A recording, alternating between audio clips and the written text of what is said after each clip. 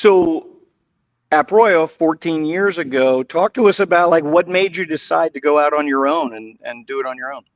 Oh, thank you for that question. Oh my God, so what made me start was a bottle of Scotch, one bottle of Scotch. Thank my friend, Michael Schultz, who was the vice president of SAP. I had kind of retired for about a year and a half, 2 years, and I was working for a startup company out of California, and I ran their practice for them. And I had been disenchanted with SAP. I had started another company, and before that, another company, and I had to put one company down, and I hated the way that I was being treated by, I'll be honest, Siemens. Siemens came in and said, look, we're going to cut your contract by 75%. You need to cut it now, or we're sending it all to our offshore team. And I was so saddened. I had to let people go. I had to put a company into foreclosure, bankruptcy, and remodified it out. But then I came back. And then one night, Michael came to me with a bottle of Scotch on my fire pit and said, look, you need to get back in the game. There's this new thing called HANA, this database. It's in memory. I'm not exactly sure. We're still figuring out. But you, of all people, would know this. So I literally got on my phones that night and my computers, and I was calling people in Waldorf, Germany. I was calling people in Palo Alto, California.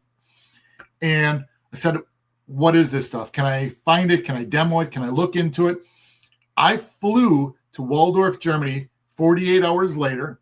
I then flew back from Waldorf, Germany after a week in Germany with some friends and going through it with SAP. Flew home, grabbed my to-go bag, handed off my wife, gave her a kiss, a little peck on the cheek, and said, I love you. I'll be back from California in a couple days. Flew to Palo Alto, California, worked with their team there, learned all about it, and I immediately put in an invitation to be one of the first ever SAP Startup Focus Program partners. They gave me a partnership as one of the first 25 ever companies as that program. So I literally took that on day one, and I LLC'd the company, created what is now AppRoyo, named it after a baseball player, Bronson Arroyo, instead of AppRoyo, you're Bronson Arroyo. Hey, Bronson, I hope you're having fun touring with your band. And went off from there. And almost 15 years now, we've been doing nothing but SAP, really digging into AI now the last 3 years, cloud-based technologies. I was very fortunate. I was the first company to ever virtualize an SAP cloud, and I got my hand slapped for that one in Palo Alto one day. That's a different story for a different time. And we just went. I always firmly believe that this technology, this is, you've got your Elon Musk, and I think he's a phenomenal person, Bryon. You look at Elon, and he's got it. I look at people like Hasso Plattner. Dr. Plattner created SAP. Elon is in the media. He wants to be out there. He wants to showcase everything, and great technology. But Dr. Plattner doesn't do a lot of media, doesn't have a best-selling book behind him, doesn't have a book that talks about him in any way, shape, or form. But he is the backbone. 93.7% of all, and I mean all financial transactions on the planet go through an SAP software in one way, shape, or form. Wow.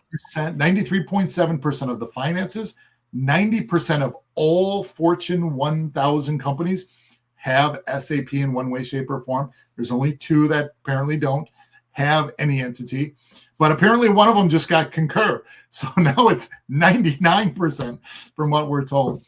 So that's amazing. Nobody knows of Dr. Plattner except for us in the SAP ecosystem. This guy is a billionaire multi-times over. He's a genius.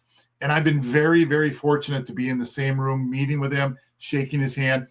And although I do media and I do promotions and I love my podcast and stuff, I take value in what he has created to be able to help others. Because really, I'm here to help others get into this ecosystem, but also help them to learn the technologies and learn SAP, to learn cloud, to learn AI. Yeah. And for me, that's the bonus plan. I get to help others. That's awesome. So, Chris, what's the type of clients that AppRoyo works with? Give us an idea of your ideal customer. Thank you. That's a great question because it's hard. Right now is a hard time in this technology realm that we're in. You've got everybody talking about AI, and there's all these different, well, SAP does AI. We've got a great tool called Joule that we use inside the system. But we work with companies who, A, run SAP software, or B, want to run SAP software. But we typically we don't need to help everybody. We would love to, sure.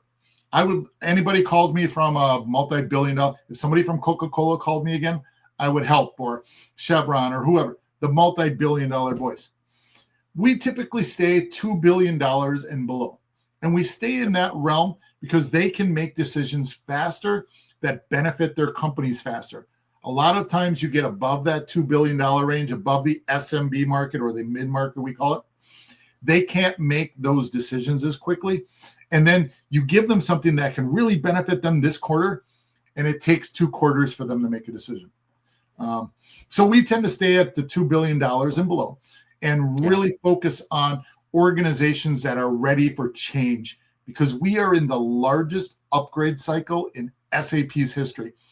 Every single one of their customers have got to go to that cloud up there now, and we do it exceptionally well.